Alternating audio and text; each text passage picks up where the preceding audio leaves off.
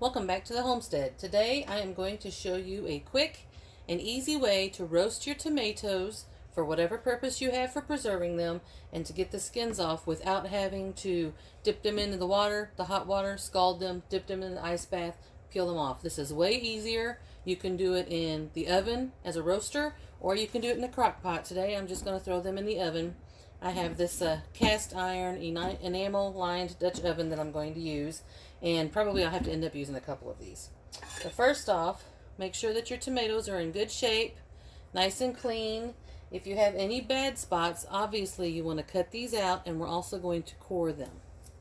Okay, and I'm going to have a bucket here handy. There are tools that you can use to make it a little bit easier, but for me, I just use a knife. I remove any pith that I see. There's a little bit of a little something yucky right here. I'm going to go ahead and cut that out just to be safe. And I normally either cut them in half or quarter them, okay? There's a little bit of pith here I'm going to take out, like so. Hold on a minute. I forgot my bucket. I have a bucket here next to me that I'm putting stuff in once my plate gets full. Let's grab another one. This one's a little green on top, so I'm just going to go this way. If you wanted to save each little tiny piece, as long as, you know, like this isn't necessarily bad, it's just the top, you can run this through a strainer. I don't mess with it. I mean, we don't need it. Cut it in half. Looks pretty good. This can get messy, and you do have to reach in after it's cooled off and take the skins off, which I will show you. And if you don't like the idea of getting your hands messy, you probably shouldn't be doing this, because any type of preserving and canning is going to get messy. So if you're a mama, messes don't worry you, or mess her. If you're a mama, messes don't bother you. We're used to it. This one's got a few little spots. I want to cut in and check it out, see how deep it goes. And it was just the top, not bad. I'm going to cut across here. I'm going to core it out. This one's not quite as ripe as I typically use, but that's okay. Here's another one. By the way, this is a tomato knife. I've had this thing for many years. As you can tell, it's well used, it's well loved. The serration and the pointy tip helps, specifically for tomatoes. I don't even know, I bet I've had this knife for 10 years. That long. A couple times I thought I lost it. I'm just going to keep cutting. These are big pinks. This one, which has a boo-boo, is a Black Beauty tomato. This one, it has a little spot I have to deal with. It's split from all the rain. This is a Mortgage Lifter. This one is Cherokee Purple. And I may be pronouncing this wrong, but this is what we call it. This is a beautiful yellow tomato. This is my favorite tomato of this year so far. This is a Dr. Witchy's. This is our second year growing it, and we just get massive tomatoes. I'll show you a great big one real fast. A couple of them. Look at this. Aren't these huge? This one's a little bit cat-faced, but I'm going to weigh these. I bet these are a good 1.5 pounds each. And I got my biggest tomato last year was Dr. Witchy's. So these things are awesome. And if I'm pronouncing it wrong, I apologize. We pronounce a lot of things wrong. It's okay. That one's got a pretty yucky spot right there. I'm going to go ahead and take it out. I'm kind of generous with my cutting when I do that because I want to make sure I get all of it. Let's not take chances. We don't want anything to ruin the flavor. Anyway, I'm going to finish preparing all these, and then I'll show you what it looks like when I'm getting ready to put it into the oven to roast. Alrighty, be right back with you.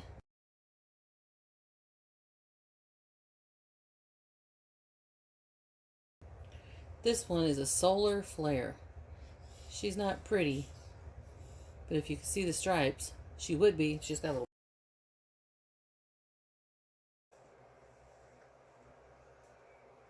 Black Beauty.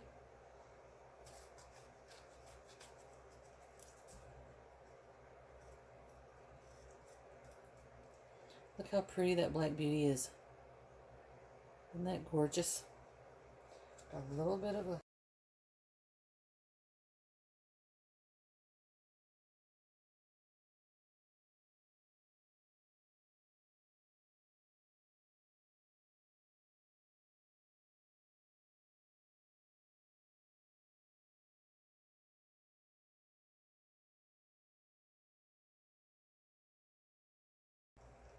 Okay.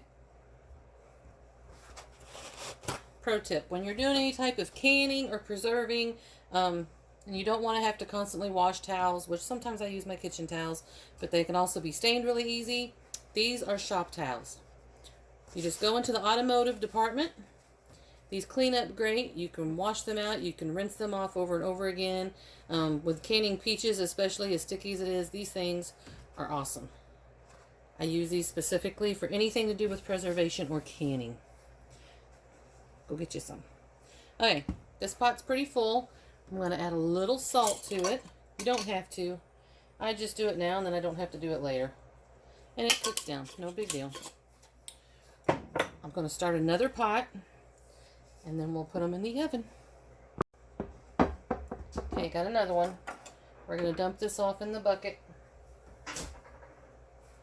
That won't go to waste because the chickens will get it. Here's another spot. It's just been hit or something. This is a nice tomato. I really enjoyed the mortgage lifters this year.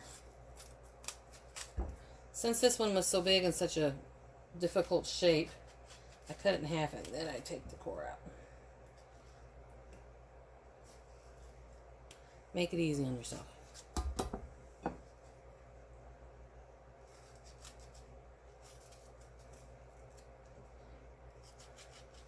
I know this is not the only way to do it. There's lots of different ways to do this. But this is something that works for me. And it might work for you, so we're going to share it because I have to do it anyway. So may as well make a video showing you what it is I'm doing. Plus, I know that August is, I believe it's the Every Bit Counts Challenge, where you preserve something some way every day for the month of August. And if you're a canner to begin with, August is the busy month anyway. Everything's really coming in for harvest. Green beans, tomatoes, peppers most of the time. My peppers have not done worth a hoot this year.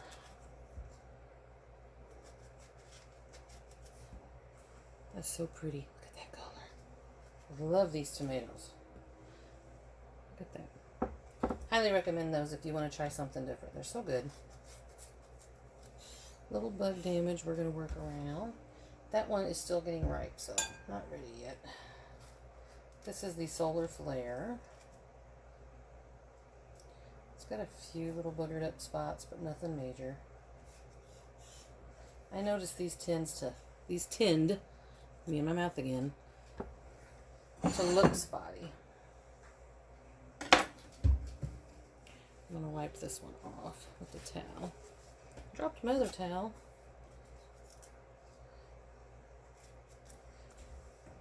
And this great big black cherry. We're just going to take the head off of this one. My son said it looked like a duck. And it was shaped like a duck. It was pretty cool. It's a little yucky now. I'm going to cut the yuck out. It's really juicy on that side.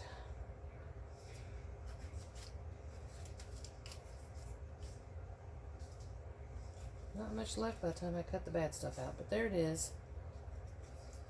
We keep all we can. And can what we keep. Now, you can throw your cherry tomatoes in here. I've been saving them for other purposes, but I will show you that what I do with these, if you have just an abundance of them and you need to use them up and you've, done all the other things, the drying and the, what's it called, roasting or sun drying tomatoes or tomato powder or pickling or fermenting or whatever, and you just need to use some up, I just split it in half. This is a black cherry, by the way, and throw them in. I'm not going to do that today, other than that one, just to show you, because I have a different purpose for these. So since I have some extra room, I'm going to take some out of the first pot and put here in the second one, just to make space. Okay, let me look around, make sure I haven't missed any. I'm not seeing any. I have several I just picked today. Tomatoes are messy, peaches are messy, but that's alright. That just means it's good. You might want to wear an apron. I typically do, and I forgot to put my apron on. Okay. We are going to place this into the oven at 350 degrees for approximately 1 hour, give or take. Once that's done, I'll come back with you. I'll show you what they look like, and then we'll cool them down, and I will show you how easy it is to pick the skins off of these tomatoes. See you in a bit. The tomatoes are just about ready to come out of the oven, so I thought real quick, we'll use my handy dandy little kitchen scale here. Hopefully the battery's still good. And we're going to weigh these 2 big tomatoes, just for fun. Thought I'd do it with you. So here we go. It's on. First one. 1 pound, 2.2 ounces. Hopefully you can see that okay. I don't know if it'll change if I lift it or not. Ugh. Might change a little bit. It says 2.2 when it's sitting. That's a big old tomato. Alright, let's see how much this one is. Alright, ready? 1 pound, 2.6 ounces. I'm telling you, grow these tomatoes. They're awesome and they're delicious. And I pick them a little bit early to beat the pest to them because this year has been terrible. But they've just, oh, so good. Alrighty, let's put this up. Go away. I think it has to go to sleep. Alright, let's see what we got. Okay, this is what they look like. It smells wonderful in here. I left them in, I actually took them out a little bit sooner than I normally would have. I like for them to have a little bit of almost like a char to them. But as you can see, the skins are all wrinkled up throughout. The juice is separated. It's a pretty yellow juice because of the yellow tomatoes. And yes, I'll add a little lemon juice to it when I process them. If you wanted to do this with some garlic and some onions and some peppers, you could, and then just pick the tomato skins off with that. It's not a problem at all. And then you can use it for your salsas or your spaghetti sauce or whatever you want. But this is how it looks once they've come out. These were a little over an hour this time. There was quite a bit in here, especially this pot. So once they get cool enough that I can actually touch them, I will show you just exactly how easy it is to get the peels off of here. Okay, we'll be back with you. Here we are. They did go back in the oven for a few more minutes. I had to make dinner for the family, and I kind of needed them out of the way, so I stuffed them back in the oven, but it didn't make much difference. They're cooled off now. And here we go. We're going to show you how easy it is to pick one. I've already picked a couple just because. But the skin comes right off. Easy as that. See? Now don't throw your skins away. You can take these skins and you can dehydrate them and grind them up and make powder out of them. And put it in your stews and your chilies. It works great for that. There's that little grape tomato. The whole thing came off at once. Easy peasy.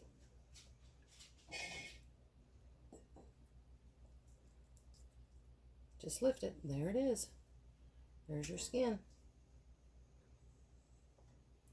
I would much rather do this. Let them sit in the oven while I work or do chores outside or work on something else. Set them out. Let them cool. And just come in and pick them off. I would much rather do this than to stand over it and have to dip it in the hot water. And then turn around and dip it in the cold water. That's just way too time consuming for me. Here, we got that one, I guess. This one's sticking just a little bit, but still way easier. Yes, it's a little messy. Yes, you got to get over, touching slimy feeling things because these tomatoes are cooked. Drop one. It's so much easier. It just comes right off. Just pick it right up. I mean, it's not much easier than that. I noticed that these Black Beauties seem to be a little bit thinner skinned and a little bit more difficult. The red ones are super easy. You just feel around. You may lose a piece here and there. It's not going to hurt anything. When it comes time for you to use these tomatoes, if you know what you want to use them for, and you want to strain the seeds and all that, that one came out really easy. It's not a problem at all, not hard to do. I have a cat behind me playing around. And easy. It just shrivels right up and comes right off. Look at that. I still have a jar from last year of skins that I just threw right in the jar and never have made powder, so I think I might need to do that, or at least check on them and see if they're still good. If you have a dehydrator, throw them in the dehydrator and get the rest of the liquid off of them. If you don't, an oven works too. See, that one came off pretty good. And over the course of the summer, just continue to save them as you do this. And by the time you have a good sized jar, by the time you grind it down, it's going to be a small jar, but it'll be plenty of tomato powder for the year.